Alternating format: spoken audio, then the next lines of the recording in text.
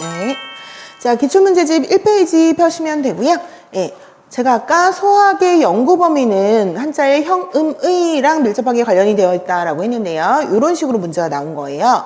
현재 중국 어학에 해당하는 학문 분야는 전통적으로 넓은 의미의 소학이라고 한다. 그래서 소학이 포괄하고 있는 연구 분야를 한자의 3요소를 중심으로 세 가지로 나눠 각각의 명칭, 내용을 60자 이내로 써라. 이때는 한국어로 답을 쓰는 거였어요. 근데 이제는 한국어로 쓰는 답은 안 나올 테니까 개념을 이제 나중에 중국어로 외워야겠죠. 일단 그럼 이 문제를 알려면 한자의 3요소를 일단 알아야겠네요. 그쵸? 그럼 한자의 3요소는 형, 의라고 했어요. 그쵸? 그래서 한자의 형태를 연구하는 학문이 문자, 한자의 음성을 연구하는 학문이 의문학 혹은 성문학, 한자의 뜻을 연구하는 학문이 홍보학이었다. 그래서 이렇게 각각 해당하는 내용을 설명을 하시면 됩니다. 근데 이거는 한 번 나왔는데 오히려 한 번 나왔기 때문에 나올 가능성이 앞으로는 희박한. 그래서 중국어는 간단하게 이렇게 요약할 수 있다. 원지시에는 分析自性, 그리고 生命学는 研究自因, 그리고 形故学는 解释自义. 이렇게 형음이 세 관점에서 우리가 얘기를 해볼 수가 있다. 그래서 이 출제 포인트는 아까 말씀드린 기본 이론반의 판서 공유 섹션에 있고요. 예. 그래서 이 소학의 연구 범위로 나올 수 있는 부분이 이 세 개인데 세 개가 다 기출이 됐다라는 거예요. 자, 그 다음에 이 페이지로 넘어갑니다. 자, 중요한 우선 주제 챙겨야겠죠? 보통화의 정의 중요하다고 말씀드렸고 보통화와 베이징화의 비교가 중요한 우선 주제예요. 그와 관련된 문제 풀어볼게요. 자, 아까 보통화의 기준은 세 가지 정의를 가지고 만들어졌다 그랬어요. 보통화의 정의는 세 가지 기준을 가지고 음성 기준이 뭐였죠? 이 웨이 베이징 위인 웨이标准인 다른데 상하이도 아니고 광동도 아니고 베이징의 음성을 그 발음의 표준으로 삼는다. 이北方话为基础方言. 그러면 다른 또 남방방언 어디 뭐 민방언 기가방언 이런 거 아니고 북방방언을 그 기초 방언으로 삼는다. 자, 그리고 아까 문법적인 규범은 문언이 아니라 백화문이고 명청시대 때 백화 아니라 현대 백화문이고 아무 백화문이나 되는 건 아니고 문법적 규범에 맞아야 되기 때문에 디엔판다 정확한 모범적인 시엔다이 바이화원의 문학 작품 쭈쭈어를 그 문법적 규범으로 삼는다. 이게 뭐의 정의였어요? 보통화의 정의였다. 그래서 이 보통화의 정의는 외우셔야 돼요. 이 중국어를 외워주세요. 그래서 이 시엔타의 한민족 공통위만 봐도 사실은 풀 수 있는 문제죠. 시엔타의 한민족 공통위가 바로 보통화니까. 그런데 여기서 보기이기 때문에 더 헷갈려요. 그래서 보기에서 우리가 좀 구별해야 되는 여기서 이제 그 용어의 개념은 방언과 고어위와 보통화다. 그래서 보통화와 방언은 서로 상대적인 개념이었고요. 그리고 고어위는 보통화를 어디에서 지칭하는 거라 그랬죠? 대만에서. 언제? 신해혁명 기간에서 대만에서는 아직까지 부르고 있고요. 중국 대륙으로 한정하면 신해혁명에서 중화인민공화국 1949년 중국, 지금 현재 중국이 성립되기까지 그 시간 동안 불렀던 명칭이다. 그래서 이 둘의 만약에 공통점을 묻는다면 뭐예요? 둘 다 표준어를 지칭하는 명칭이다. 차이점을 묻는다면 뭐예요? 이건 대만에서 사용하는 표준어의 명칭이 이건 대륙에서 사용하는 표준어의 명칭이다. 이것만 다르겠죠. 자, 이게 01년도에 나왔고 그로부터 20년 후에 자, 21년도에 나온 문제를 보면 중국 역대의 공통어에는 많은 공통어가 존재했다는 역사적인 사실은 많다는 거예요. 고대 문헌을 보게 되면 이때부터 표준어가 있었네? 이런 게 발견이 된다는 거예요. 그래서 A, 그 취정위 B 하면 어디에서 그 증거를 취할 수 있다, 볼 수 있다라는 거죠. 그래서 선진 시기에 논어 수리편을 보게 되면, 공자의 논어 수리편을 보게 되면은, 즉수어 야이엔이라고 해서 논어에 나오는 즈는 다 공자를 얘기하는 거죠. 그래서 공자가 아언을 했다는 말이 나온다라는 거예요. 그래서 아언은 아까 어느 시대 때 썼던 말이라고 그랬죠? 선진 시대 때 썼던 표준어를 아언이라고 한다라고 했어요. 그리고 시는 시경을, 서는 상서, 서경을 이야기를 해요. 그래서 원래 시경이라는 건 처음에 시산바이로 불리다 나중에 경전으로 추대가 되면서 시징, 서도 원래 상서라고 부르다가 나중에 경전으로 추대가 되면서 슈징이라는 그 명칭, 역도 주역으로 불리다가 역경 이런 식으로 나중에 경전으로 추대가 된 거고 여기서 그래서 시서라고 하면 시경과 서경으로서 예를 집행하고 그 다음에 얘를 집행할 때 이때 지혜는 현대한어의 또라는 개념이에요. 그래서 또 야인 아언을 썼다라는 거예요. 그러니까 원래 공자는 산동 노나라 출신이잖아요. 그러니까 사투리를 썼을 텐데 시나 서를 이제 그 예를 하거나 예를 차리거나 할 때는 그냥 다 아언을 썼다라는 거죠. 그래서 이게 그 얘기고요.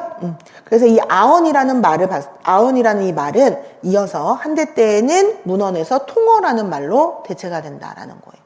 통위는 아까 한대 시대 때 표준어를 지칭하는 명칭이었죠. 근데 이걸 여러분들한테 바로 쓰라고 하면은 어려울까봐 비에서 찾아 쓰라 그랬는데 비가 더 어려웠어요.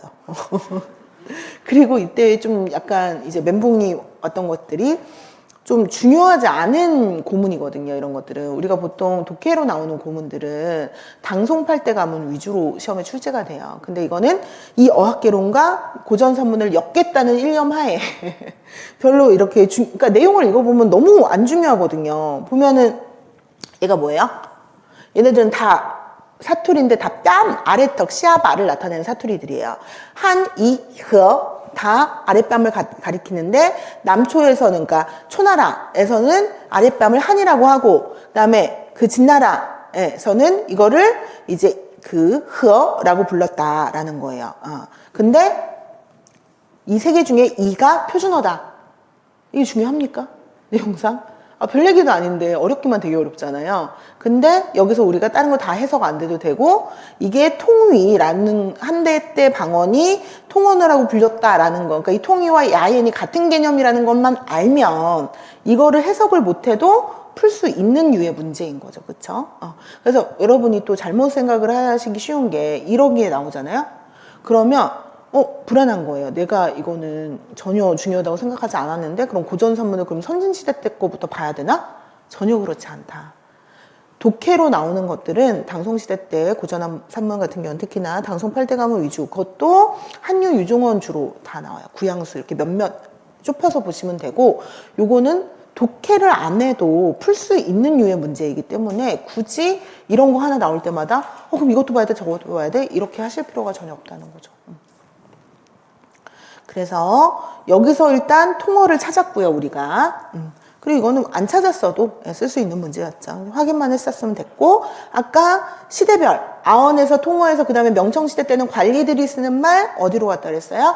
관화로 갔다. 그래서 관화 같은 여러 개의 명칭이 존재했다. 그럼 이제 여기서 관화를 찾아야 돼요. 자, 그래서 그 명대 때 유명한 이제 서예가예요. 이건 사람 이름이고요. 야인은 그래서 이 사람은 쌍위, 팡이엔의 개념이에요. 그래서 사투리를 쓰는 거를 그다지 좋아하지 않았다. 그래서 매번 말을 할 때마다 반드시 관화를 썼다. 그럼 여기서 이 관화가 표준어의 개념인 거죠. 자, 그리고 그 외에 이제 나머지 두 개의 문장은 뭐냐면 이거는 맹자에 이제 실려 있는 글인 거죠. 그래서 그의 아들이 제 나라의 말을 배우려고 했어요. 이때는 제 나라의 말이 표준어예요.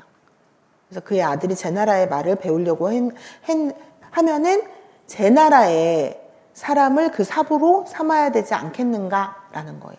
부적 할 때, 이제 제 나라의 사부 할 때 그 가르침을 받아야 되지 않겠는가. 그런데 어찌 초나라 사람, 초나라 사천이 초나라 남쪽 사투리를 쓰는 지역의 사람을 스승으로 모시려 하는가라는 얘기예요. 그래서 표준어를 배우려면 표준어를 쓰는 사람을 스승으로 삼아야지 어찌 사투리를 쓰는 사람을 그 스승으로 모시려고 하냐라는 그런 이야기고요. 그다음에 이 부분은 남방 쪽에 이제 여러 가지 그 풍토, 뭐 물이라든가 흙이라든가 이런 것들은 굉장히 부드럽고 온화하고 그 음성은 굉장히 가볍고 높고, 그래서 듣기에 좋다. 뭐 이제 이런 거죠. 그리고 부족한 것은 어디에 있느냐? 是在什么地方이라는 거예요. 다만 이제 단점, 부족한 것은 발음이 경박하다, 부치해나다.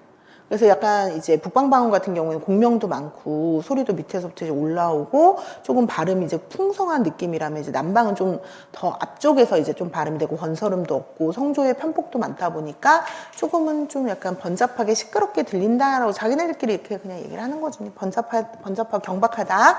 그리고 그 문사 쓰는 어휘 같은 것들이 조금 통속되고 속되고 좀 이렇게 미치다 이제 이런 식으로. 그리고 베이팡은 산이 많고 굉장히 그 물도 깊고 외지고 뭐 이런 데가 많다 보니까 그 음성이 탁하고 무겁고 하다라는 거죠. 그리고 그 장점은 이거는 아까 단점이었고 더 지질 그 질는 이제 보통 우리가 질박하다, 소박하다 이런 표현을 쓸 때 그래서 굉장히 소박하고 솔직하고 그 문사는 옛날 고대에서 쓰던 말들이 많다라는 거예요. 그래서 남방과 북방의 음성상의 차이를 이제 비교한 글인 거죠. 그래서 이 둘은 상관이 없었고 여기서 이제 통어랑 관화가 있었다는 것만 확인을 하면 여기에서 옮겨서 그냥 쓰면 되는 유의 문제였어요. 그래서 이러한 문헌 기록 같은 것들이 무엇을 증명하느냐? 중국이 역대 일찍이 공통어가 있었다는 이 역사적 사실을 증명한다라는 거예요. 그래서 보통화, 밑줄 긋고 이 보통화라고 하는 것은 대체적으로 역대 공통어의 역사적 전통을 그대로 계승을 하고 여기에다가 좀 더 모범화한, 규범화한 표준 중국어인데 이것은 음성, 어휘, 문법 3개 부분에 있어서 각각의 규정이 있다. 이거를 써라. 그러면 사실은 되게 어렵게 되어 있는 것 같지만 2001년도에 나왔던 이 정의를 주고 이 보통화를 고르게 했던 문제에서 이 보통화를 이번에는 주고 이 정의를 쓰라고 하는 문제와 다르지 않다. 그러니까 결국 여러분은 01년도에 공부를 했던 21년도에 공부를 했던 똑같이 보통화는 이 베이징 위인 그 웨이标准인 이 보통화,北方话为基础方言以典范的现代白话文就作为语法规范的汉民族共同语言 이거를 외우셨을 텐데 이게 이때는 기입으로 이때는 서술로 나온 것 뿐이에요. 그러니까 공부 하나를 하실 때 마인드맵에 얘가 주로 기입으로 나오냐 서술로도 나오느냐를 확인을 해서 기입으로 주로 나오면 앞에 있는 그 명칭만 좀 많이 외우면 되고요. 이런 건 서술로도 나올 수 있겠다 싶은 거는 뒤에 붙는 서술까지 외우시면 돼요. 그러니까 문제가 다르게 나왔지만 사실은 같은 시험 포인트를 물어보는 거죠. 그래서 기출 분석이 중요하다. 우리가 만약에 이거를 연도별로 봤으면 20년의 격차가 있었기 때문에 이런 식으로 변형돼서 나온다 이런 거를 한눈에 보기 힘들었을 거예요. 그래서 우리가 이걸 주제별로 지금 포인트별로 보고 있는 거죠. 그래서 시험 문제가 이렇게 서술로도 나올 수 있고 기출로 그 기입으로도 나올 수 있고 이제 그렇다라는 거고요. 그리고 이제 여기서 여러분이 해야 되는 건 이 개념을 자기만의 설명을 해본 다음에 만약에 이제 기입으로 내가 이거를 변형을 해보겠다. 그러면 뭐 이런 부분에 빈칸을 뚫을 수도 있는 거고요. 그쵸? 디엔콩을 뚫을 수도 있는 거고, 뭐 아니면은, 여기 이런 것들도 이제 다른 부분. 이번에는 뭐 아언 부분에 내가 이제 빈칸을 뚫을 수도 있는 거고요. 이런 식으로 가벼운 변형부터 시작을 해서 어쨌든 문제를 재조직해보는 이 과정이 필요하다. 자, 그 다음에 04년도 문제, 기출문제 2페이지고요. 자, 아까 어학개론에서는 용어 정의가 중요하다고 말씀드렸어요. 그래서 현대 중국어를 가리키는 명칭이 많아서 교수자와 학습자에게 많은 혼동을 주고 있는데 특히 표준어라는 의미로 주로 사용되는 보통화와 베이징화는 개념상의 차이가 존재하는데도 불구하고 실질적인 면에서 동일한 부분이 있어서 더 혼동을 초래한대요. 그래서 1과 2를 정리하라 그랬어요. 공통점과 차이점을 말해라 라는 거잖아요. 그러면 아까 그 우리가 도표로서 봤었던 보통화와 베이징화의 개념상의 차이는 분명하죠. 보통화는 뭐예요? 표준어. 베이징화는 뭐예요? 방언. 근데 표준어와 방언은 절대 등가되는 개념이 아니라 그랬죠. 독립적인 서로 각각의 언어 체계가 아니라 보통화 밑에 그 수많은 언어 지류 중에 하나이다. 근데 그럼에도 불구하고 이 둘을 사람들이 왜 헷갈려요? 보통화 그 발음, 음성, 그러니까 음성과 어휘 뭐 이런 거에 공통점이 많다 그랬잖아요. 근데 왜 그럴 수밖에 없어요? 보통화는 이 베이징 위인 웨이标准인 이 보통화 웨이지주방엔 하니까. 그래서 북방 방언을 기반으로 표준어가 만들어졌기 때문에 발음도 비슷하고 쓰는 어휘도 비슷하고 문법은 완전 똑같고 이럴 수밖에 없는 거죠. 그래서 실제 이런 부분에 유사점이 있지만 개념상으로는 명명백백 다르다라는 게 이 문제의 포인트예요. 근데 이런 건 한번 나왔지만 서술형으로 또 나올 수가 있고 이때는 중국어로 이거를 구별할 수 있어야 된다라는 거죠. 그래서 보통화의 정의 관련해서 여태까지 시험 포인트를 이제 분석을 해보면 아까 개념을 주고 보통화 골라내는 거 요거 하나 있었고 보통화의 3가지 기준을 음성, 어휘, 문법으로 나눠서 쓰는 게 나왔었고 보통화와 베이징화의 이 차이점 변별하는 거 지금 방금 본 거고요. 그 다음에 시대별 명칭, IN 통일관화 그리고 지역별 명칭이 이제 여기 나오네요. 하나 빼먹었네요 제가. 자 03년도에서는 중국어를 나타내는 명칭인 한어, 보통화, 구어휘는 의미가 조금씩 다른데 이 차이점이 뭐냐? 라고 했을 때 다음에 또 나왔죠. 한어는 한민족이 쓰는 모든 언어를 한어라고 하기 때문에 넓은 의미에서 보면 방언까지 포함하고 좁은 의미에서 보면 보통어를 가리킨다. 근데 보통어는 한민족의 공통어, 표준어이다. 근데 구어인은 뭐다? 표준어는 표준어인데 대만에서 지칭하는 표준어다. 이거죠. 그럼 지금 통로는 다 뭐예요? 개념 비교잖아요. 그렇죠? 그래서 이 용어가 되게 중요하다. 그래서 시대별 명칭, 지역별 명칭, 이 보통어의 정의, 베이징화의 비교, 이 중요한 시험 포인트가 다 나왔고 또 몇 번 나온 것도 있다. 한 포인트로 이거 정리를 한 거죠. 그럼 이제 통론에서 중요한 포인트는 이제 다 아셨죠? 이거 끝났어요. 그럼 이제부터는 하나 더 방언을 안 했구나. 보통화에서 중요한 포인트는 이거고, 그럼 이제 방언 파트로 넘어와서, 자, 방언은 옛날에 객관식일 때 시험에 많이 나왔었어요. 그래서 객관식의 문제는 주로 옳은 하나를 고르라거나 틀린 하나를 고르라라는 거예요. 자, 우리가 방언의 언어 요소별 차이를 살펴봤잖아요. 그럼 그랬을 때 문자는 어떻다 그랬나요? 완전히 똑같은 한자라는 문자 체계를 쓰죠. 그러면 각 방언이 모두 동일한 문자 부호 체계, 즉 한자를 사용한다. 이거는 맞는 내용이 되겠죠. 그리고 각 방언마다 성모, 음모, 성조가 조합되는 그 관계가 다르다. 이게 무슨 얘기예요? 발음이 다르다는 거죠.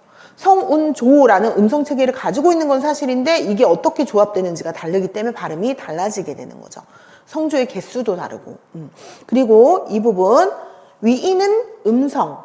을 중국어로 위인이라고 이야기를 해요. 어휘 부분에 있어서의 차이와 비교해 봤을 때 각 방언의 문법적인 차이가 비교적 크다 그랬는데 아까 언어 요소별 관계는 어떻게 됐었나요? 발음 차이가 가장 크고 그 다음에 어휘, 그 다음에 문법, 문자는 차이가 없다라고 했어요. 그렇죠? 그럼 여기서 음성과 문법의 위치를 서로 바꿔야 성립할 수 있는 설명이 되니까 3번이 틀린 내용이 되겠네요. 제가 아까 계속 지역변체, 변체라는 용어를 썼죠. 그걸 중국어로는 DVBNT라고 이야기를 해요. 그래서 방언은 현대 언어의 한 지역적 변체이지 보통화 양립할 수 있는 독립적 언어 체계라고는 할 수 없다. 이거 계속 강조했던 부분. 그래서 중국어는 하나밖에 없는 거지. 중국어와 뭐 상해어, 북경어 이렇게 동등한 관계가 아니다라는 거였고요.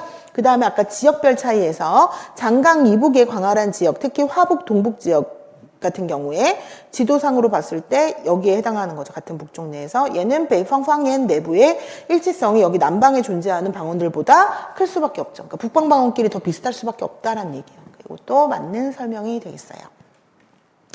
자, 14년도에는 이제 기입형이 나왔는데요. 방언이라고 하는 것은 그 민족 공동어에 상대되는 개념이다. 그래서 시향对什么什么而言的라고 하면 우리말에 뭐에 상대어다, 뭐에 상대적인 개념이다. 뭐 이런 식으로 표현할 때 쓰는 말이에요. 그래서 민족 공통어라고 하는 것은 이 해당 민족이 사용하고 있는 어떠한 방언을 기초로 하고 있다. 이거 보통화에 대입해 보면은 그 베이팡화를 기초 방언으로 하고 있다는 거겠죠. 그리고 어떠한 지역에 쓰는 방언의 발음을 그 표준어로 하고 있다. 그럼 베이징 위인을 표준음으로 하고 있다는 거죠. 그 밑에 바로 설명이 나와요. 그래서 민족 공통어는 어떠한 방언을 그 기초로 하지만 그렇다고 해서 동시에 다른 방언의 성분을 흡수하는 것까지 배척하는 것은 아니다라는 거예요.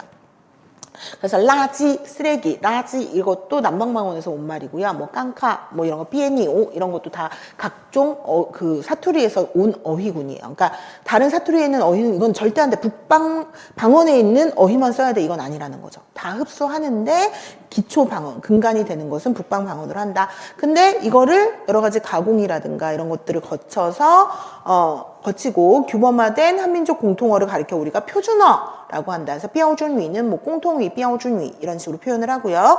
현대 한어의 보통어는 중국어의 표준어이고 베이팡화는 이것의 기초 방언이고 베이징 위인은 이것의 표준음이다. 왜? 위에 서 있던 설명을 그냥 보통어로 예를 들어서 한 번 더 되풀이를 한 거죠. 그래서 중국어의 방언은 현재 7대 방언으로 나누어져 있는데요. 이 방언 간에 비록 음성, 어휘, 문법상의 뚜렷한 차이가 존재한다고 하더라도 이것은 이러이러한 이유로 보통화와 양립할 수 있는 독립적인 언어라고는 할 수 없다라는 거예요. 근데 요거 지금 우리가 어디서 많이 봤죠? 방금 여기서도 똑같은 얘기가 나왔었죠. 그쵸? 지금 보면은 방언은 현대 언어의 지역 변체로 보통화 양립할 수 있는 독립적 언어 체계가 아니다라는 질문이 그대로 나왔었잖아요.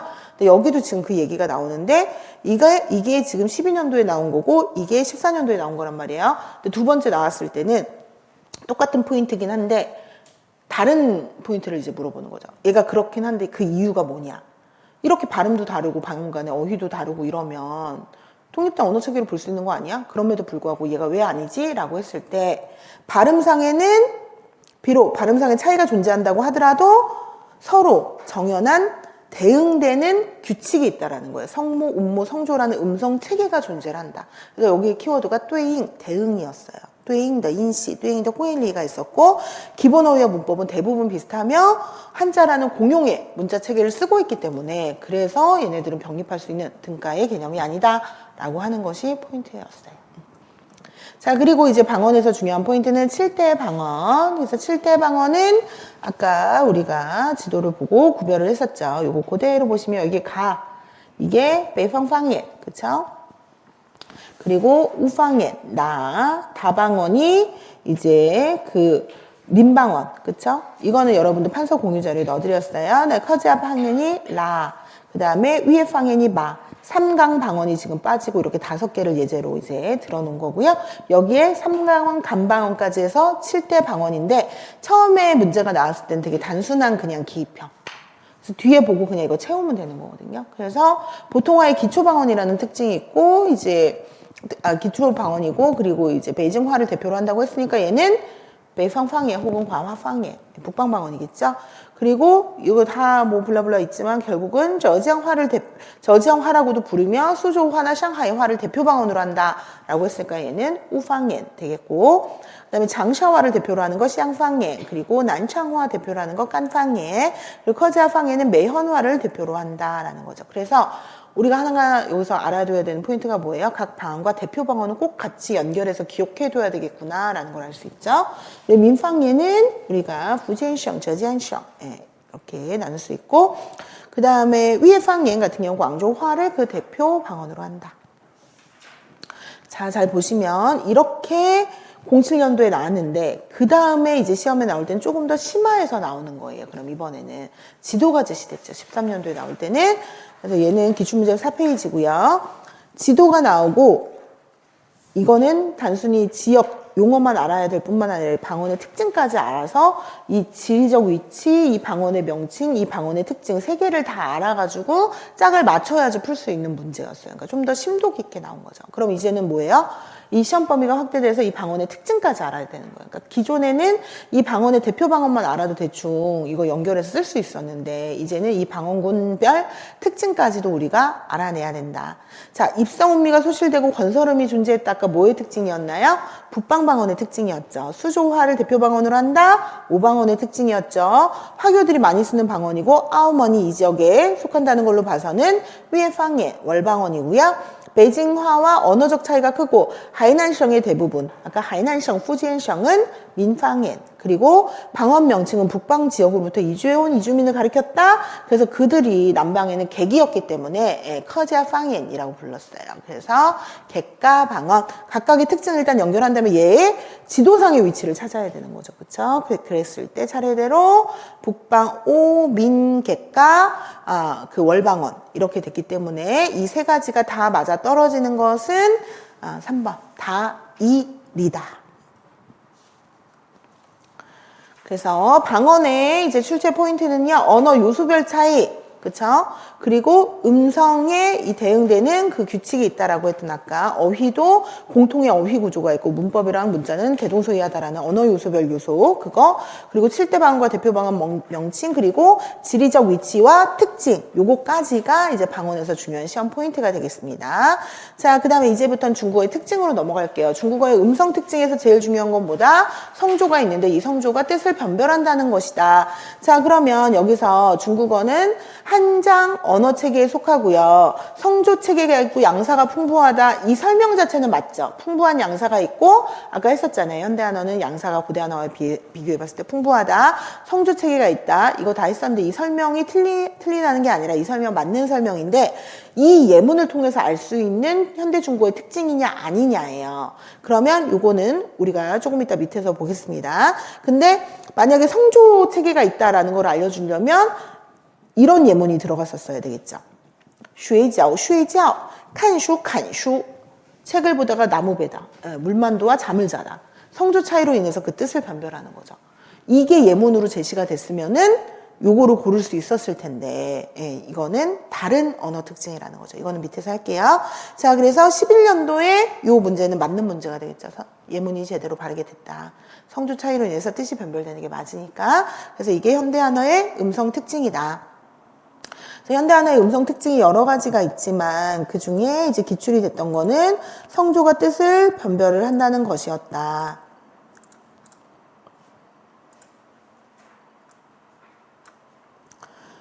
그리고 이 부분, 예. 그래서 요거는 이제 서술형으로도 나올 수 있다. 그래서 声调可以区别이 의미를 변별했을 때, 比如说水饺是一种饮食，睡觉是一种动作, 뭐 이런 식으로 이제 구별해서 나올 수 있다. 그리고 계속해서 7페이지가 아니라 6페이지 어휘 특징. 어휘 특징에서 제일 중요한 건 쌍음화 추세였고요. 우선 주제이고 23년도 가장 최근의 문제이기도 하다. 그래서 이 같은 경우에 현대 어휘는 발전 과정 속에서 점차 쌍음화하는 경향을 보인다. 여기까지는 맞죠. 근데 단음절사가 여전히 절대 다수를 차지한다라는 거는 틀렸다. 물론 소수의 칸, 츠, 추한과 같은 단음절 동사가 있지만 대부분은 다 쌍음절이에요. 그러니까 이건 틀린 설명. 다음에 16년도 문제에서 중국어의 음역사와 연면사 등 쌍음절 혹은 다음절 단순사의 각각의 음절은 음성만 기록할 뿐 아무런 의미도 나타내지 않는다. 이게 무슨 얘기냐면 택시를 음역하면은 이제 그 디시 이렇게 되죠. 택시. 근데 이때 띠나 이때 시는 아무런 의미가 없어요. 그러니까 띠랑 시를 각각 의미대로 결합한 게 아니라 결합해서 띠시라고 읽어야 비로소 택시라는 의미가 생기는 거죠. 그럼 얘는 음성만 기록하는 거지 뜻은 없다는 거예요. 근데 예를 들어 우리가 모디라고 했을 때 이때 띠는 뜻이 있죠. 목적, 둘 다 뜻이 있잖아요. 근데 얘 같은 경우는 그래서 뜻과 뜻으로 이루어지는 어소 플러스 어소, 어근 플러스 어근으로 구성된 복합사인 거고 단순사가 아닌 거죠. 2개 이상의 어소. 근데 얘는 2개가 하나의 어소예요. 이 이음절이 모여야 비로소 어소가 될 수 있는 거예요.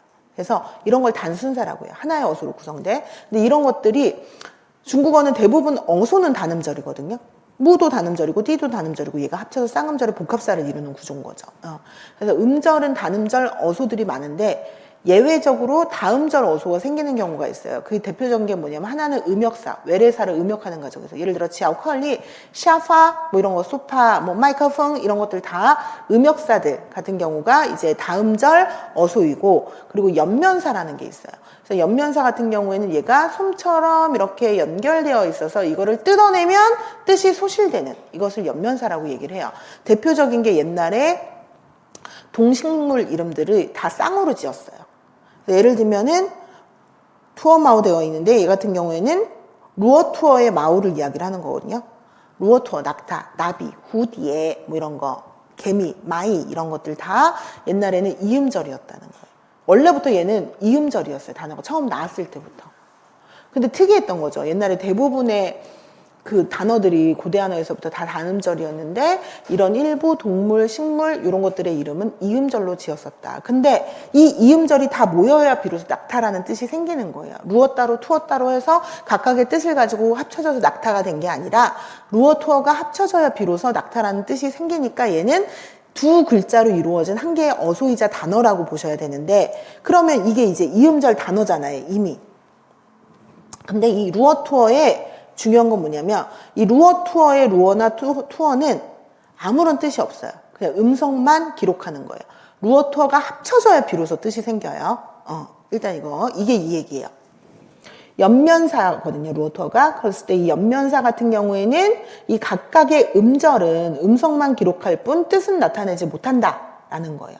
근데 때때로 얘가 그 음절 중에 하나를 취해서 다른 어소랑 결합해가지고 새로운 단어를 만들어내잖아요. 그러면은 이때 뽑아져 나온 이 음절은 하나의 어소로 전환된다라는 이야기예요. 무슨 얘기냐? 낙타털이라고 내가 얘기를 하고 싶어요. 그러면 루어투어랑 마오라고 하는 어소를 합성해서 루어투어 마오라고 하면 되죠. 그렇죠? 근데 여기 어떻게 되어 있어요? 투어 마오라고 되어 있죠. 왜?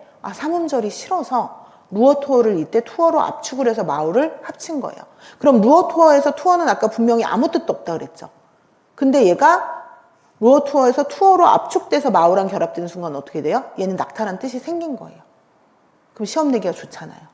루어투어의 투어는 하나의 어소인데, 투어마오의 투어는 하나의 어소인데, 루어투어의 투어는 아무런 뜻도 없는 그냥 음절이다. 어소가 아니다. 이런 것들을 이제 어휘 단위의 치에판 구별이라고 이야기를 하는데요. 이런 게 이제 중국어 어학에서 시험에 잘 나와요. 내기 좋으니까. 자, 그래서 근데 이게 원인이 뭐라는 거예요? 쌍음화 추세 때문에. 그냥 루어 투어 마오 3음절로 해야 되는데 투어 마오라고 하고 싶어가지고 2음절로 하고 싶어서. 근데 연면사 외에 외래어도 그런 게 되게 심하다. 예를 들어서 이거 띠시도 나띠라고 하면 나띠시 하는 거잖아요. 택시를 잡아야 되잖아요. 근데 나띠시라고 하기 싫으니까 나띠라고 하는 거잖아요. 이것도 음역사를 이렇게 압축해서 어소로 만들어버린 거예요. 아울림피커 할 때 이 아울림피커를 아우로 따서 아우인회 이런 식으로 다 축약해버리는 거, 이런 것들도 다 음절의 어소화다. 음절의 어소화가 일어났는데요. 이거는 이 외래어 같은 경우에는 현대 한어에 적응하면서 생겨난 특징이에요. 그래서 외래어는 원래 그 표음문자고, 중국어는 표음문자 체계다 보니까 그 음성을 한자 제일 비슷한 음으로 딴다고 하더라도 그 뜻이 전달되지 않잖아요. 그래서 이런 식으로 점차 음절이 아닌 이것을 하나의 뜻을 나타내는 어소로 변환해서 쓰기 시작을 하는 거예요. 그게 중국어 체계에 이제 적응을 하면서 이제 나타나게 되는 현상인 거죠.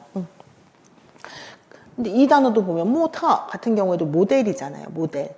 근데 얘 같은 경우에는 그냥 음역사거든요. 근데 얘가 예를 들어 내가 남자 모델이라고 하고 싶어요. 난 모터라고 하지 않고 어떻게 말하냐면 난모라고 해요. 리모, 유명 모델, 밍모 이런 식으로 표현을 해요. 그러면 얘는 지금 위에 현상에 들어가는 거예요. 근데 모터는 그냥 음역사이기 때문에 해당되지 않는다. 이렇게 보시면 되겠어요. 그래서 이 두 개, 여기에서 설명에 해당하는 이 두 가지는 1번하고 4번이 여기에 해당이 되고요. 쉔화 같은 경우에는 그냥 심화되었다 둘 다 뜻을 가지고 있는 거니까 해당이 안 되죠. 자, 그럼 이랬을 때 얘네들의 공통 원인이 뭐라는 거예요? 쌍음화 추세 때문이다.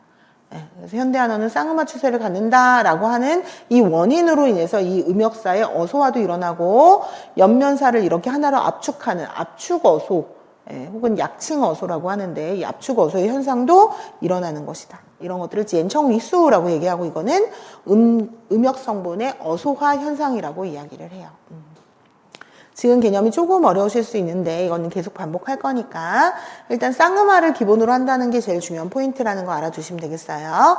그리고 23년도 올해 문제 나왔었죠.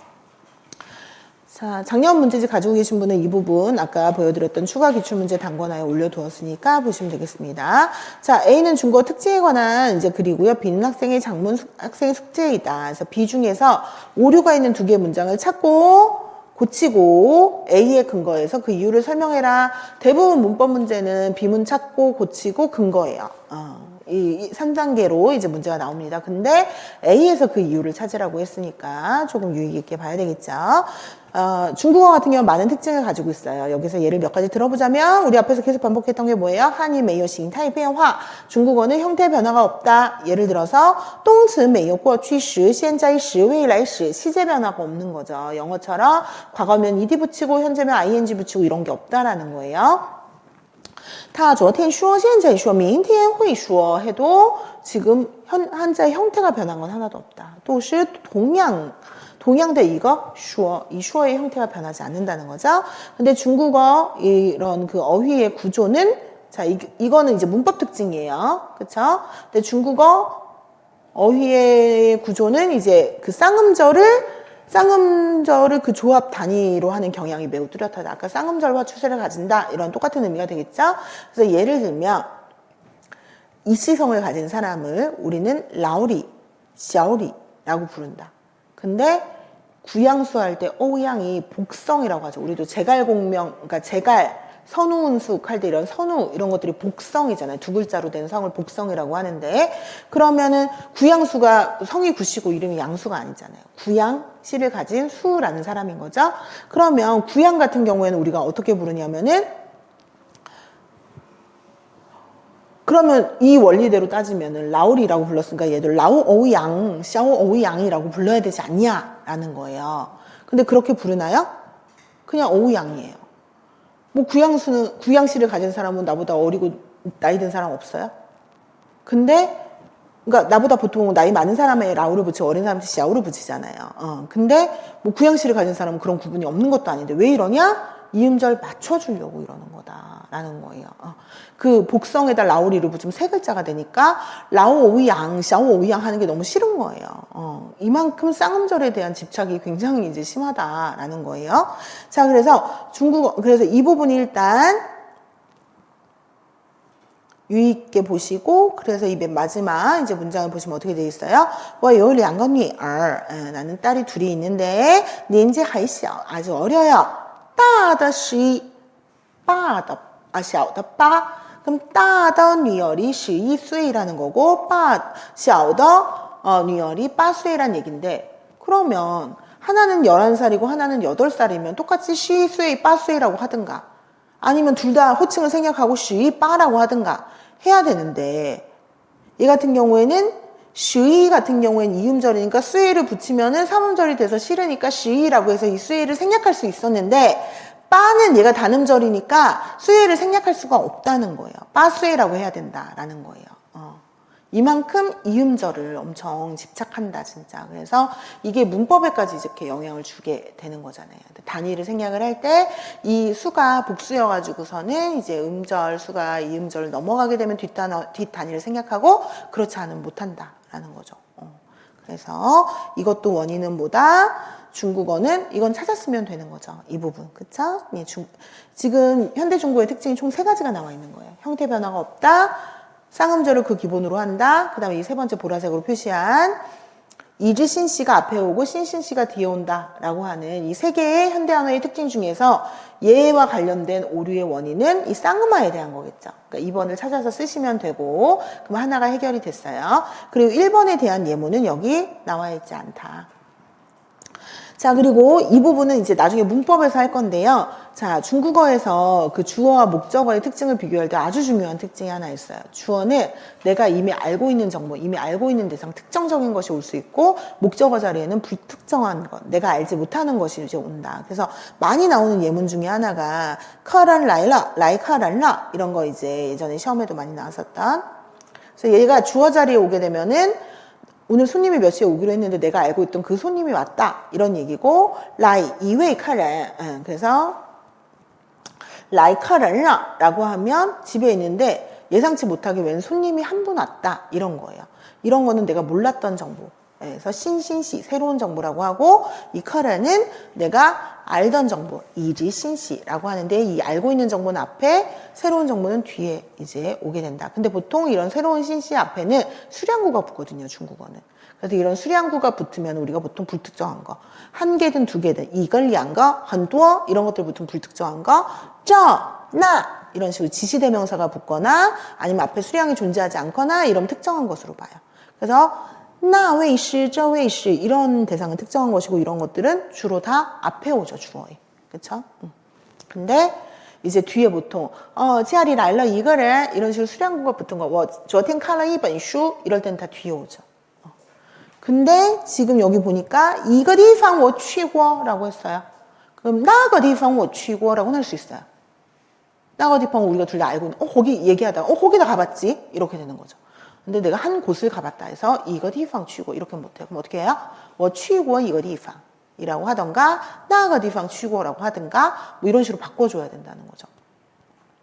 그러면 이것의 그거는 뭐겠어요?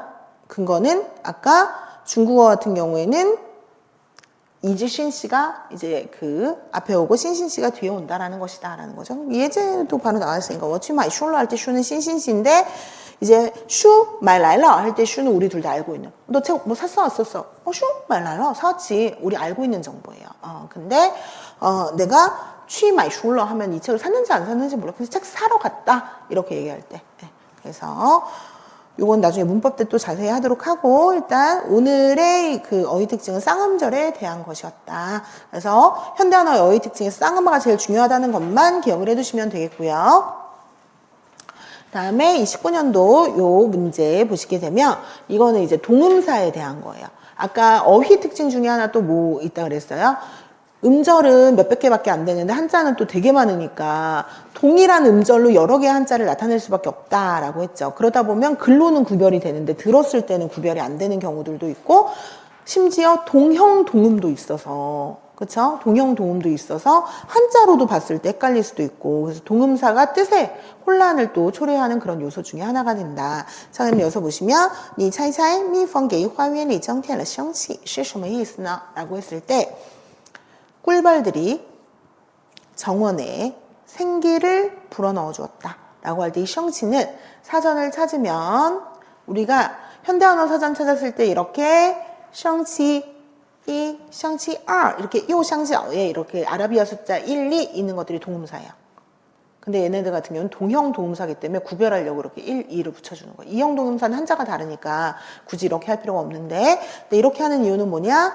얘네 둘은 한자가 우연히 같았을 뿐 뜻은 전혀 상관없는 두 개의 별개의 단어라는 걸 보여주고 싶은 거예요. 그래서 샹치 같은 경우에 화내다로 우리가 주로 쓰죠. 그쵸? 근데 여기서의 샹치는 화내다가 아니라 그 생기, 활력, 월리라는 의미죠. 활력이라는 의미인데 비가 어떻게 오해했어요? 不就是因为蜜蜂吐了花粉花不高兴啊不高兴 샹치의 뜻으로 이해를 한 거예요. 아니 그 꿀벌들이 그 꽃한테 꽃가루를 훔쳐가니까 꽃가루를 훔쳐가니까 꽃이 화난 거 아니야? 라고 오해를 한 거죠. 그러면 이 둘 사이에 오해를 일으킨 두 쌍음절의 단어를 찾으라고 했는데 둘 중에 하나 범위는 뭐예요? 샹치, 원리를 나타나는 샹치를 이 그 화내다의 샹치, 뿌까오싱의 샹치로 오해해서 비롯됐으니까 이 샹치를 하나 찾아야 되고 자 그리고 나니까 하하하 촐레야 틀렸어. 我怎么错了呢? 내가 왜 뭐가 틀렸어? 如果不是花不高兴怎么会说闲话怒放呢? 이렇게 됐어요. 호화가 不高兴 하지 않았다면 이런 말이 어떻게 있었겠어? 라면서 예를 든 게 뭐예요? 闲话怒放이라고. 이때 누가 펀누더 누라고 얘는 또 오해를 한 거죠. 근데 이때 누는 열렬하게 피다, 흐드러지게 피다라는 거예요. 그래서 온갖 예쁜 꽃, 신선한 꽃들이 만발했다라는 의미인데 얘는 또 이건 이렇게 오해를 한 거예요. 근데 이때 누는 동음의 관계는 아니고 다의의 관계예요. 분노하다, 성내다도 뜻도 있지만 그만큼 막 이렇게 들끓다, 뭐 흐드러지다 이런 의미도 있어서 이때 누팡은 막 많이 핀 거, 만개한 거 뭐 이런 걸 얘기를 한다. 럴리의 의미다. 그래서 얘는 다의사 관계이긴 하지만 어쨌든 오해를 불러일으킨 쌍음절을 찾으라 했으니까 누팡이 그 부분이다. 그래서 이 두 개를 찾으시면 되고 이 중에 샹치가 동음이다. 이렇게 보시면 되겠습니다. 그래서 동음으로 인해서 의사소통상에 오류가 생길 수 있다라고 하는 게 포인트예요. 이거 외에 동음사는 시험에 엄청 많이 나왔어요. 근데 이거 현대한어의 특징 중에 하나가 동음이 많아서 의미 구별이 어렵다는 포인트로는 이게 나왔던 거기 때문에 이 문제만 발췌했지 나중에 이제 문법 파트나 어휘 파트 뒤로 가면 동음사 시험에 나왔던 게 되게 많습니다. 그래서 현대 중국어에 우리가 어휘 특징에서 제일 중요한 건 뭐라고요? 쌍음절이 우세를 차지한다. 예, 그 중에 그 아까 샤오더빠를 샤오더빠스이라고 꼭 음절을 맞춰야 된다라는 부분. 그리고 음절에 어소화 현상이 일어난다. 그래서 음역사가 띠시가 띠로 어소화하고 루어토어가 투어로 압축이 되는 이런 현상들을 살펴봤고요. 동음사로 인한 소통의 오해 방금 샹치 부분이 시험에 나왔었다. 자, 이제 제일 중요한 오늘의 하이라이트 문법 부분을 쭉 한번 풀어보겠습니다. 그 문법 4줄이었잖아요. 그 형태 변화 없이 어순과 허사가 중요하다, 뭐 사와 구와 뭐 내부 구조가 일치한다. 그 몇 개 안 되는 4줄에 시험이 엄청나게 많이 나왔어요. 차례대로 볼게요. 기출문제는 7페이지고요. 자, 우리가 이 옛날에 시험을 봤다면 얼마나 좋았을까요? 그쵸? 03년도 문제 보니까 어떻게 돼요? 중국어의 고리버적 성격과 관련하여 어법관계를 나타내기 위해서 사용되는 방식 2가지를 써라. 이거는 오늘 1분만 들었는데도 이거 2점 벌었네. 뭐예요? 어순과 허사. 이렇게 단순하게 나오던 이런 문제들이 이제 조금씩 시간이 지날수록 이제 조금씩 심화되기 시작을 하는 거죠. 우리가 아까 위에 중국어는 성조를 가지고 있다, 뭐 양사가 풍부하다의 그 예문이었었잖아요. 그래서 이거 보시면 다음 세 문장의 예로 알 수 있는 중국어의 언어적 특징을 가장 잘 설명한 거를 고르라고 했어요. 그래서 我喜欢散步他们饭后散步散步是一种很好的运动 우리가 아까 이거 마인드맵 살펴봤었죠? 我喜欢散步할 때散步는 동사지만 여기서散步는 뭐예요? 수로고. 그쵸? 그리고 타만 파허 쌈뿌 할 때 쌈뿌는 뭐였어요? 저 목적어고 그다음에 시환 자체가 수로성 목적어를 가지고 올 수 있는 동사여서 목적어고 파허 쌈뿌 할 때 쌈뿌 같은 경우에는 동사 수로로 쓰인 거고 쌈뿌是一种很好的运动할 땐 주어로 쓰인 거란 말이에요. 근데 얘가 그 동사가 여러 개의 문장 성분에 대응되는데 형태 변화가 하나도 없죠. 주어 자리에 가든 목적어로 가든 그 형태 그대로 쓰였단 말이에요. 그러면 얘를 통해서 알 수 있는 중국어의 문법 특징은 한이缺少词性变化没有形态变化이다. 형태 변화가 없다는 거다.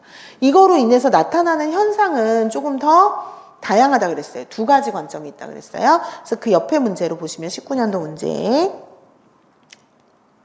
자, 문제 요구사항을 보시면 품사의 관점에서 1의 언어 현상을 설명하고 문장 성분의 관점에서 2의 언어 현상을 설명하라 그랬어요. 우리가 품사는 지식 또는 즈레이라고 이야기를 한다 그랬고 문장 성분은 쥐파 정펀 혹은 쥐지 정펀이라고 이야기를 해요. 자, 그랬을 때 품사라고 하는 거는 명사, 대명사, 동사, 수사와 같이 그 단어가 가지고 있는 성질을 이야기를 하고요. 문장 성분이라고 하는 건 한 문장 내에 주어, 수로, 목적, 관용어 이것처럼 특수한 기능을 담당하는 성분을 문장 성분이라고 해요. 그러면 이 품사적 관점에서 1의 언어 현상은 뭐고 이 문장 성분적 관점에서 2의 언어 현상이 뭐냐 그리고 이 1과 2가 나타난 공통 원인이 뭐냐를 이제 물어본 거예요. 자, 그러면 이거 지금 我喜欢散步 대신에 뭐 나왔어요? 他喜欢漂亮衣服很漂亮我要买漂亮的衣服얘 같은 경우는 지금 어떻게 돼요? 漂亮다 형용사인데 시환漂亮에서 漂亮은 시환의 목적어, 很漂亮은 이후의 수러인 거죠. 정도부사 수식어 받으면 수러가 됐고 漂亮的衣服 관용어 됐어요. 그렇죠? 근데 형용사는 원래 수러나 관용어 담당할 수 있으니까 얘네는 품사의 변화 없이 문장 내 다양한 성분과 대응이 된 그 품사의 다기능성을 얘기를 하는 거죠. 그래서 아까 품사와 문장 성분 간의 관계가 복잡하다, 1대1로 대응되지 않는다, 다기능성을 갖는다 이런 것들이 다 같은 얘기예요. 동의, 词类可以充当多种成分에서 또功能性을 갖는다 라는 거고 그 다음에 품사적 관점에서는 아까 겸유사가 풍부하다라고 했었죠. 그래서 이 같은 경우 보시면 어떻게 돼요? 마판이라 할 때 마판은 목적어를 가지니까 품사가 동사일 수밖에 없어요. 그리고 这个问题很麻烦 정도부사의 수식을 받을 수 있으면서 수로가 될 수 있는 거는 형용사밖에 없어요. 我给你添了不少麻烦 관용어의 수식을 받으면서 tn의 목적어가 됐으니까 얘는 명사예요. 근데 여러 개의 품사를 겸하면서도 한자의 형태는 전혀 변하지 않았네요. 그럼 얘는 겸유라는 거죠. 여러 개의 품사를 겸하니까. 그럼 품사적 관점에서 여기는 겸유사가 풍부하다. 문장 성분적 관점에서 하나의 품사가 여러 개의 성분을 겸한다. 이게 1과 2가 각각 나타내는 언어 현상이라는 거죠. 근데 얘네 둘의 공통특징이 뭐라고요? 현대 한어는 형태 변화가 없는 고리버라서 형태 변화 없이 여러 개의 성분도 겸하고 여러 개의 품사도 겸한다. 이게 이 문제의 포인트인 거예요. 그래서 만약에 이 왼쪽 예문이 보기가 1번이 없이 요거와 똑같이 此类 뭐 동의 此类可以充当多种成分 혹은 뭐 此类和句法成分关系复杂 이런 게 보기로 나왔어도 고르실 수 있는 거예요. 무슨 얘기인지 알겠죠? 이게 나타내는 언어 현상은 이거라는 거고 원인이 형태 변화가 없기 때문이라는 거니까 그래서 둘 다 관련되는 내용이다. 그래서 여기서 일단 정답은 1번을 고르셨어야 되는데 2회 2번을 잘못 고르신 분이 많았어요. 어순이 굉장히 유연하게 쓰인다. 근데 어순으로 인해서 이런 문법적 차이를 나타내려면 어떤 전제 조건이 있어요? 不很好,很不好 이것처럼 구성 요소가 똑같아야 돼요. 我爱他,他爱我 이거는 어순만 다르고 나머지는 다 똑같으니까 어순이 그런 문법적 기능을 한 걸 보이는데 이거는 지금 어순만의 차이가 있는 게 아니잖아요. 그리고 중국어에는 허사가 그 문법 관계를 나타낸다. 이 얘기도 물론 맞는 얘기예요. 그러려면은 다 똑같고 예를 들어 칸고, 칸러, 칸저 이런 식으로 혹은 워더 할 때 뭐 이런 그 워더, 띠디, 워허, 띠디 이런 것처럼 허사 부분만 달라야 되는데 얘는 또 그렇지 않죠. 그리고前缀, 后缀 같은 경우에는 词缀, 접사라고 하는데요. 접사, 전치사, 그러니까 앞에 붙이는 前缀, 그 접두사와 后缀, 전미사로 인해서 품사가 변화할 수 있다. 무슨 얘기냐면 甜 하면 형용사란 달다 라는 형용사인데 여기에 甜头 혹은 甜다 이런 식으로 붙으면 어떻게 돼요? 단 것 해서 명사화 해버리잖아요. 네, 그 얘기예요. 그래서 여기에서 이 하나하나의 설명은 지금 다 맞는 얘기지만 이 예문을 통해서 알 수 있는 중국어의 특징은 형태 변화가 없다는 것이다. 자, 그러면 언어는 형태 변화의 유무에 따라 어떻게 나눌 수가 있느냐? 방금 풀었던 19년도 문제 A1을 보시게 되면 서로 다른 언어의 그런 그 기본 구조 단위 같은 경우에는 비록 수의란단시이자 비록 천차만별이지만 그 중에 서로 같거나 비슷한 구조 방식이 존재한다, 숨겨져 있다. 따라서 inner 각각 다른 그 기준에 근거해서 이것을 여러 개의 유형으로 가는 여러 개의 몇 가지의 유형으로 나눌 수 있다. 이는 언어의 구조 유형에 대한 연구는 언어 유형학에 있어서의 매우 중요한 미션이다, 임무이다. 그래서 자주 보이는 분류 방식 기준은 바로 무엇이다? 이 구조 단위의 형태 변화의 유무와 차이에 근거해서 세 가지로 나눌 수가 있는데, 자, 이 부분을 채우는 거였죠? 아까 중국어는 뭐라 그랬어요? 고리버라고 이야기를 했어요. 근데 사실상 요즘은 고리버라는 표현보다 분석어라는 표현을 언어학에서 더 많이 써요. 그래서 펀시위나 꼬리위나 둘 다 같은 뜻이고요. 분석어. 영어, 인도네시아 이런 인니 계열의 뭐 유럽의 이런 언어들처럼 형태 변화를 통해서 뜻을 변별하거나 시제 이런 문법적인 수단을 나타내면 그걸 뭐라고 하냐? 굴절어. 취셔위라고 이야기를 하고요. 근데 우리나라나 일본어는 어떻게 돼요? 뒤에 어미만 변하죠. 안녕하세요, 안녕하십니까, 안녕하고요, 뭐 이런 식으로. 이런 것들은 그 중간에 낀 교차어라는 표현을 써요. 그래서 이게 교차어고요. 그 중에 중국어는 이 고리버에 속한 대표적인 언어 유형 중에 하나이다라는 거죠. 그러니까 어때요? 지금 보니까 03년도에 이렇게 쉽게 나왔던 문제가 09년도에 조금 이제 헷갈리게 이제 심어놓고 19년도 되니까 완전 조금 이제 난이도 있게 심도 있게 나오는 거죠. 근데 포인트는 똑같아요. 포인트는 아까 했던 그 두 줄. 한이, 시, 뭐, 꼬리, 메이어, 싱타의 변화. 所以 위시和 虚词很重要. 어순과 허사가 중요하다. 이 하나의 포인트에서 이렇게 시험이 파생이 돼서 나올 수 있다.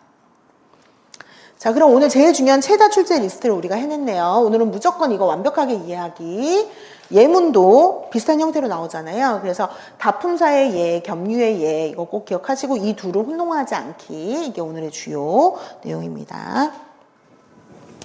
그리고 21년도 문제도 있네요. 중국어는 허사가 풍부해가지고 상당 부분의 문법적인 의미를 허사로서 구별할 수 있다. 그래서 예를 들어 吃过饭 할 때 구어. 그렇죠? 그러면은 이제 이때 구어는 근데 경험은 아니고요. 완료의 뜻이에요. 吃了饭, 吃过饭, 吃着饭 하면 이제 뜻이 구별이 되겠죠. 밥을 먹고 있는 건지, 뭐 밥을 다 먹었는지. 그 다음에 중국어의 어순은 매우 중요하다. 해서 어순의 차이로 인해서 나타나는 문법적 의미 역시 달라지게 된다. 이게 뭐야? 보파라, 라, 보파, 파, 불라. 매운 걸 좋아하는 강도가 지루할수록 세지는 거죠. 보파라, 매운 것 따윈 두렵지 않아. 근데 라, 보파, 매운 거? 괜찮아. 근데 파, 불라. 안 매울까 걱정인데 나는 이렇게 되니까 뒤로 갈수록 매운 걸 좋아하는 강도가 점점 세진다. 얘는 구성 요소 똑같은데 이 조합, 위치에 따라 뜻이 변별이 되는 거니까 이 어순의 예겠죠. 그래서 이렇게 예제 확장이 중요하다. 그래서 고리버로 형태 변화가 없다라고 하는 건 영어와 같은 굴자로와의 비교인 거고요. 아까 겸유의 예로 마인드맵에 있었던 그 꽝 있죠. 꽝저 빵즈 뭐 이제 이런 거랑 같이 기억을 해두시면 되겠고, 그리고 마판 이거 아까 우리 마인드맵에서 도표로 요거 봤던 거 있죠. 요것도 기출됐었던 예문이에요. 그래서 요것도 이제 우리가 겸유의 예로 하나 기억을 해두시라는 거고,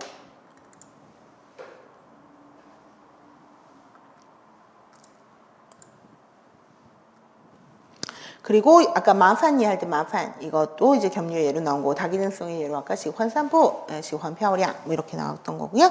그리고 극복방안 이제 어순과 허사의 구사 이거 관련된 이제 명칭 쓰는 것과 아까 이 정오 판단하는 거 이제 나왔었고, 의미 변별 기능을 이제 짚은 부분의 예문이 이런 게 출제가 됐었다.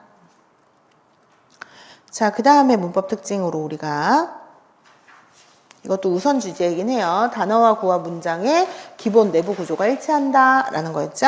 그래서 중국어의 단어와 구절의 내부 구조는 공통적으로 5가지 있다 그랬어요.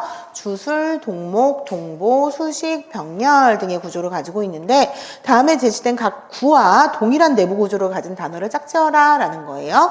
그럼 일단 구부터 보면 처디, 연주, 철저하게 연구하다. 앞에서 꾸며주는 거죠. 그러면 시엔홍이라고 하면은 새빨갛다 앞에서 꾸며주는 거죠. 둘 다 수식 구조 이렇게 되겠고요.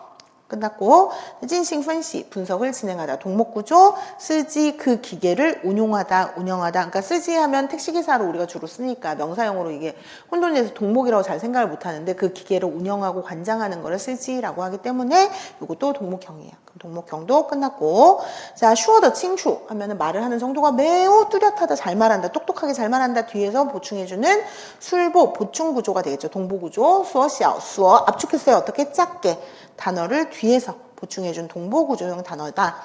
学习 삥 들어갔다는 것 자체가 병렬이죠. 동사와 동사 사이의 병렬 관계를 나타낼 때는 삥을 써요. 그래서 学习 삥 타오른 하면은 학습하고 토론한다. 그래서 여기에 智慧, 智도 지혜롭다, 해도 지혜롭다 이거니까 병렬 구조를 나타내게 된다. 그래서 주술은 여기에 예시에 없었고요. 단어에는 주술이 있네요. 구어잉 하면은 국가가 운영한다.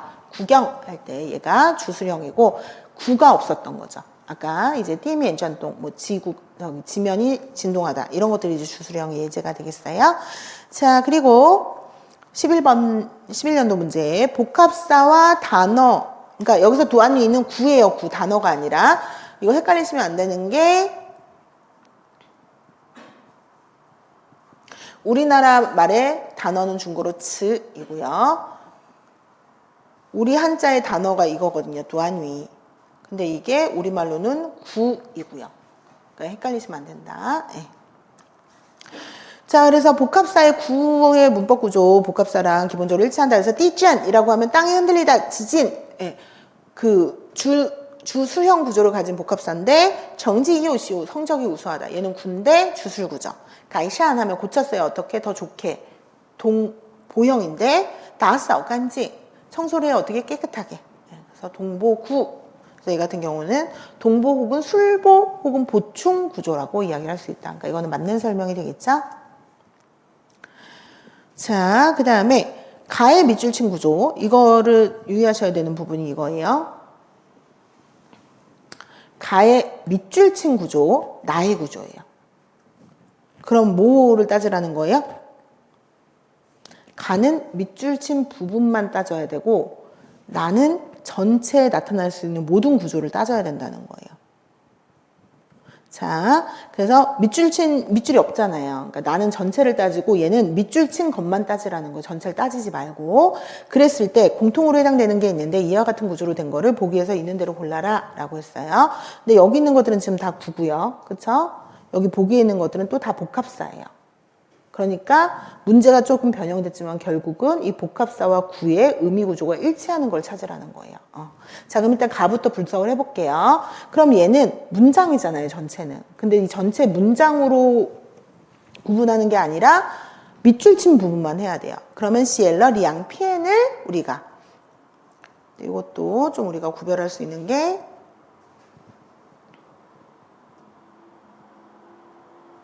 우리가 보통 시엘러 리앙비엔이라고 하면 얘는 동보, 얘가 보어잖아요. 동양보어. 그러면 동보 관계인데 시엘러 리앙피엔이라고 하면 두 편을 썼다. 얘는 동목 관계가 되는 거죠.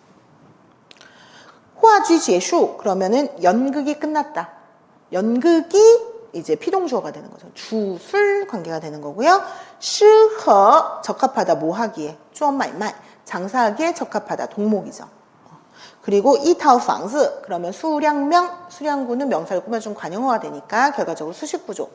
그럼 총 3개의 세 종류의 구조가 나왔어요. 근데 밑에는 전체를 다 따져야 된다 그랬어요. 그러면은 쿤더푸싱 하면은 너무 졸려서 안 되겠어.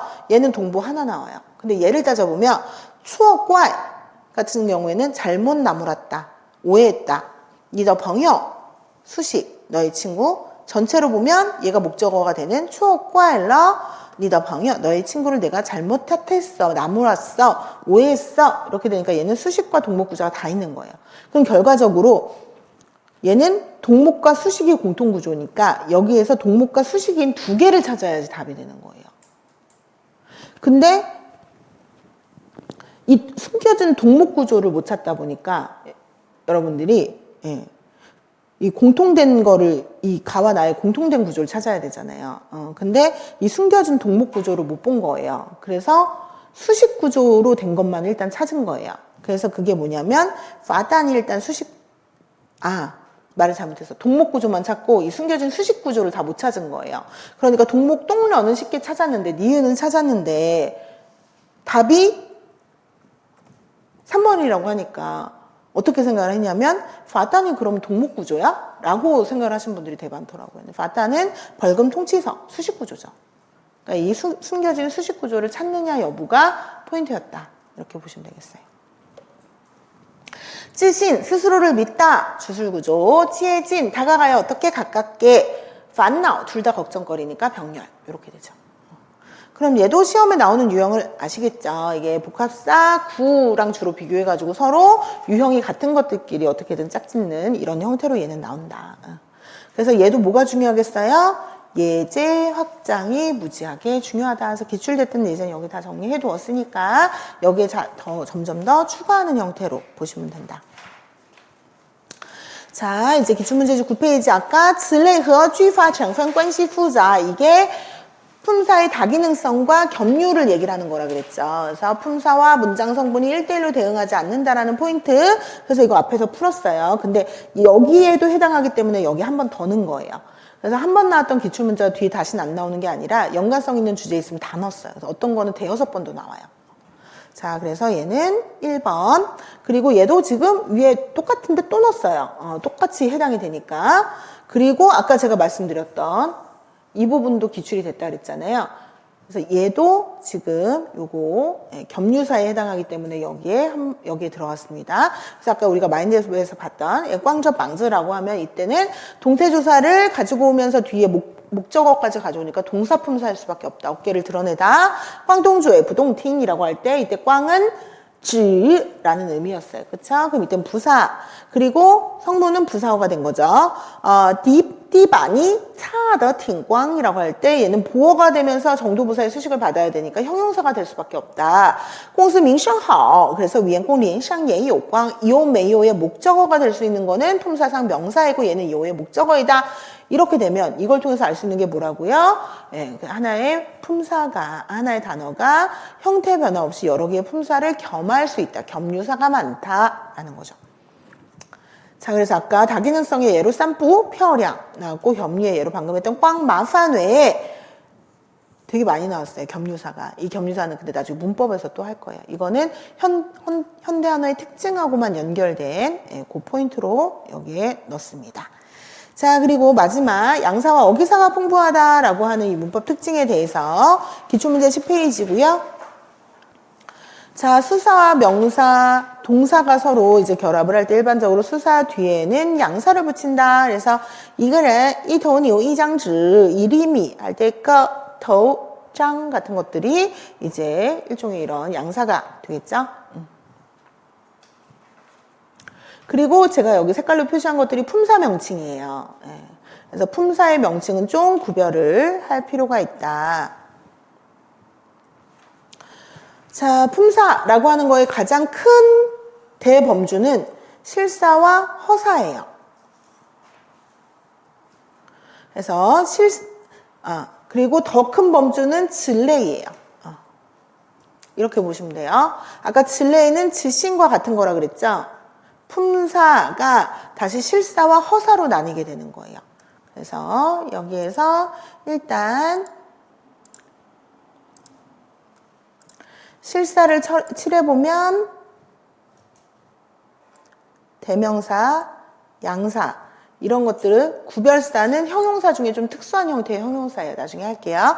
이런 것들은 실사가 되고 그리고 조사, 전치사 이런 것들은 허사가 돼요. 이렇게 품사 명칭을 섞어놨지만 여기서 결국 써야 되는 거는 뭐예요? 양사. 양사.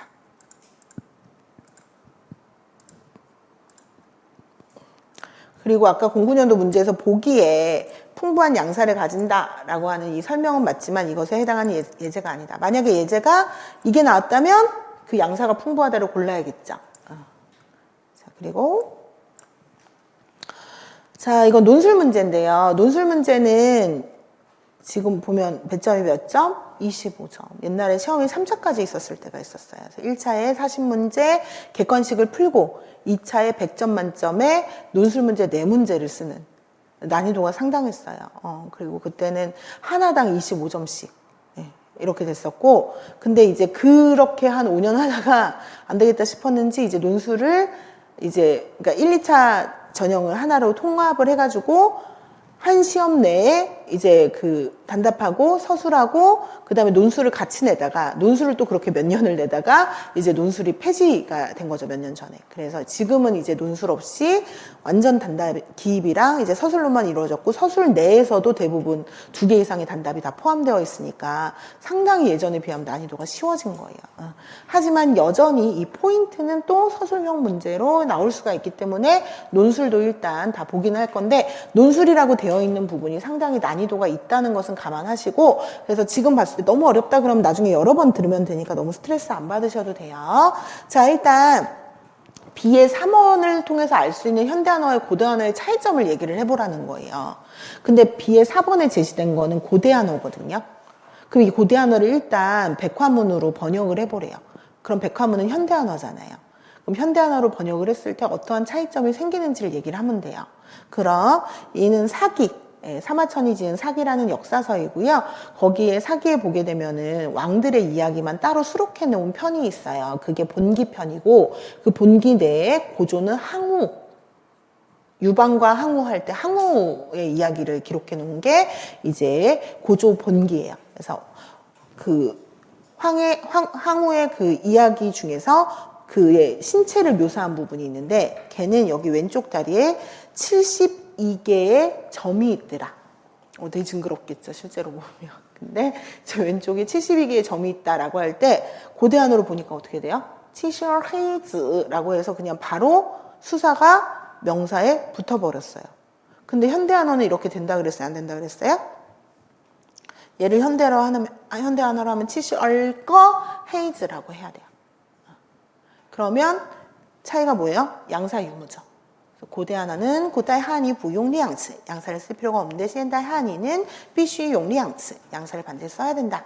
이게 포인트인 거죠. 사실 이렇게 해놓고 보니까 별거 없죠. 근데 문제가 어려워. 답은 되게 쉽거든요. 답은 내가 이제 쉽게 쓰니까 답은 쉬운데 용어가, 근데 그 고대한어 문제 되게 어렵잖아요. A는 고대한어, 현대한어의 사전에 그 의미를 비교한 것이고 B는 고대한어의 일부 예문이다. 우선 고대 A를 근거로 해서 각각 단어의 의미 변화를 설명한 후에 이 의미의 변화의 3가지 유형에 대해서 귀납을 해라. 그리고 나서 자료 B의 밑줄 치운 부분을 현대한어로 번역한 후 이 양자 간의 차이점에 근거해서 각각의 예문의 고대한어와 현대한어의 차이점을 스파, 품사상의 그 규칙과 취화, 문장, 성분, 구성 이런 거 상의 규칙 2가지 관점으로 나누어서 서술해라. 문제가 훨씬 어려운 거예요. 근데 사실 답을 보면 이 답을 이끌어내기 위해서 이렇게 문제를 만들었구나 라고 이해가 되는데 내가 치 옌비엔이 무슨 개념이고 이거에 어떤 유형이 있는지를 모르면 일단 이 문제가 이해가 안 가고, 그리고 이게 또 일단 해석이 안 되면 또 현대한어로 못 바꾸고, 또 고대한어, 현대한어가 이 양사 유무의 차이가 있다는 걸 모르면 또 답도 쓸 수 없고, 그러니까 이제 논술이 여러 가지 난이도가 있는 거죠. 그렇죠? 근데 논술은 이제 안 나오니까 이 정도의 난이도의 이런 거는 안 나오고 그냥 이런 포인트로 이제 서술이 나올 수 있으니까 이제 봐두자라는 거죠.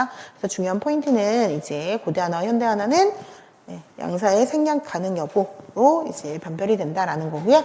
제일 중요한 문법 특징은 수사가 단독으로 명사를 꾸며주고 수량, 명이 반드시 결합해야 된다라고 하는 이 포인트가 제일 중요하다라고 보시면 되겠어요. 수량, 명 이렇게.